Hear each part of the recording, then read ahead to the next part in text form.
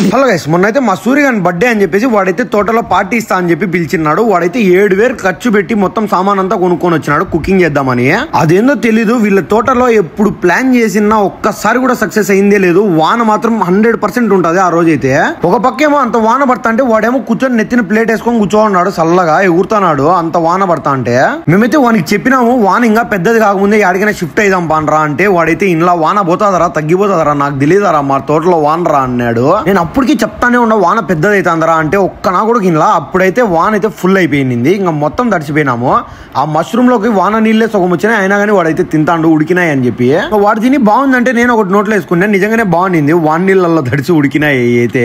మాకైతే ఇంకా ఇంటి నుంచి పోయే ఆప్షన్ తప్ప ఇంకేం ఆప్షన్ లేదు, ఎందుకంటే మొత్తం బురద అయిపోయింది తోట అంతా. ఇంకా తోటలోంచి తట్టపుట్ట సర్దుకొని ఇంకా సూర్య వాళ్ళ అబ్బ కాడికి వచ్చినాం. వాళ్ళ అబ్బ అంటే ఎవరో కాదు, వాళ్ళ అబ్బ చనిపోయినాడు. వాళ్ళ అబ్బ సమాధి కాడ సెటప్ చేసినారు. ఇంకా ఈడైతే మొత్తానికి కుకింగ్ అయితే మొత్తం నాశనం చేసినారు. ఆ పొయ్యి అన్ని వేస్ట్ అయిపోయినాయి, మొత్తం నీళ్లు పడిపోయి. ఇంకా తెచ్చిన బిర్యానీలు అయితే తిన్నాము. మీరైతే ఇందాక చూసినారు కదా, సగం ఉడికిన మష్రూమ్ ఉంది కదా, దాన్ని ఏరుకొని వచ్చి మళ్ళా మష్రూమ్ అయితే చేసినారు వీళ్ళు.